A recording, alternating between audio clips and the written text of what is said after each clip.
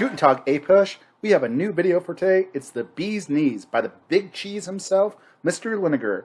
Let's make history today as we jaw over Unit 2, Day 2. But first, let's do our daily punishment. I don't trust stairs because they're always up to something. Ha ha ha ha ha ha ha ha ha.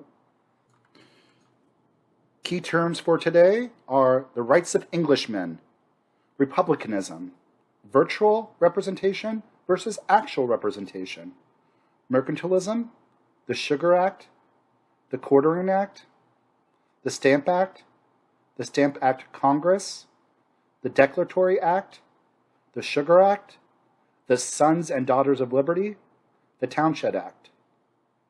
We're going to go over the political beliefs of the colonists after the French and Indian War, the causes and motivations of British mercantilism, and let's get started.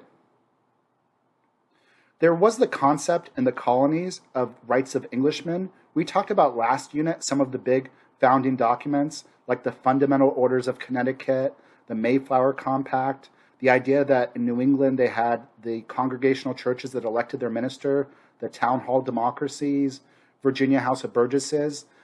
Also, so they had this whole idea of self-government, like rights of Englishmen, English liberty. Even in Britain, with the whole Magna Carta and the English Bill of Rights, there was an understanding that the British government was not an arbitrary government. So the colonialists in North America prized their liberties. This revolution, this conflict will begin as an economic squabble. There was the idea of republicanism. The British government had a parliament. The colonies all had legislative branches. The idea that you should be represented. The colonies are going to start to complain that they're not being represented in parliament. They don't have actual representation. The colonies don't elect anybody to represent them in parliament. So the colonies are going to want, the colonies were accustomed to running things with the whole idea of republicanism. And with the idea of virtual versus actual representation, the colonies were upset, like I mentioned, that they felt like they did not have representation in parliament. And they're going to want to actually have actual representation, especially if they're taxed. This gets into another conflict right here: internal taxation versus external taxation. Internal taxation are different things. Internal taxation were taxes that were put on land within a nation or colony. They're usually put on goods and land. Usually they were done by the provinces, so by the locally elected leaders of the colonies. The British colonies, the 13 colonies, will start to get upset at some of the internal taxes early on because they're being put on by the British government, not the people that are actually there, not the actual colonial governments. External taxes are more oriented towards tariffs and export items. At first, the colonies will say they have no problems with external taxation. This is kind of misleading because over time, especially as the colonies become more radical, they're going to be unwilling to pay external taxation either. One of Benjamin Franklin's first argument was that the colonies were upset with internal taxation, but they were fine with external taxation. A lot of this whole conflict comes down to mercantilism. Mercantilism is the economic system created like 15, 16, 1700s. It believes wealth was power. They wanted to get as much precious metals as possible, gold and silver. And they basically want to use the colonies as the raw resources. So the colonies produce raw resources like sugar, tea, tobacco. They put tariffs on the colonies so the colonies could only buy from the mother country. And it kind of like economically handicaps the colonies. It's exploitative towards the colonies. It does create a guaranteed market. It does have some positives for it. The colonies will be well paid for their goods. It will create a monopoly in tobacco, which actually does help the colonists out there because they could charge a lot more. But it will stifle initiative, and basically the colonies are only producing raw resources. They're not manufacturing or doing any of those things that's being done in Britain. Here's a little picture of mercantilism. Aw, so cute. After the French and Indian War, the British government's economy, their wealth is going to be depleted. They felt like they fought this war to help the colonies out, and it was only fair that the colonies actually paid for some of this stuff. During the war, some of the colonies were still illegally trading with the French. Some of the colonies did not give soldiers to fight. So there was some resentment in the British government against the colonies to begin with. One of the first taxes was the Sugar Act, which put a tax on sugar for the colonies. This is going to not be a huge deal because the colonies are just going to smuggle. But the thing that's going to set it off, we'll get to it in a second, will be the Stamp Act. Another thing the British passed, was the Quartering Act. There's more British soldiers in North America now. The Quartering Act is going to require the colonists to house the soldiers, the British soldiers. The colonists, the British government felt that this was fair since those soldiers were there to protect them. The colonists were like, nah, why are you putting this person in my house? The big thing that's going to start the conflict is the Stamp Act. The Stamp Act is going to be a tax on printed materials.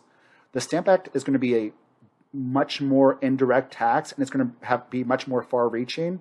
Any type of legal document, a wedding certificate, divorce, death certificate, marriage, birth, any kind of legal document, newspapers, they all require a British stamp. So this is not something you could smuggle.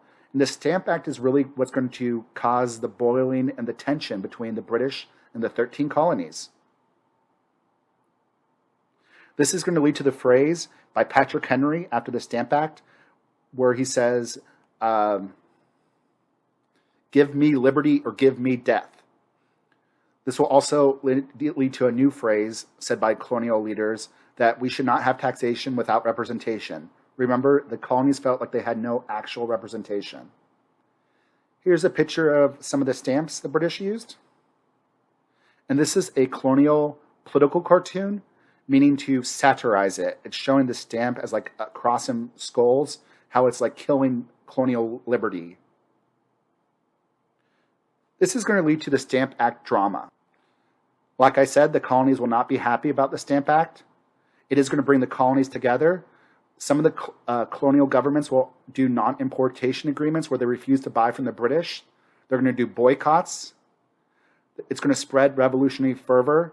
There'll be groups formed that will be meant to protest against the British government's Stamp Act, the Sons and Daughters of Liberty by Sam Adams.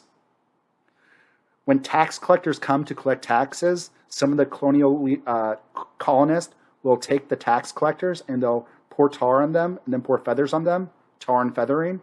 Here's a cute little picture right here. This guy does not look very happy.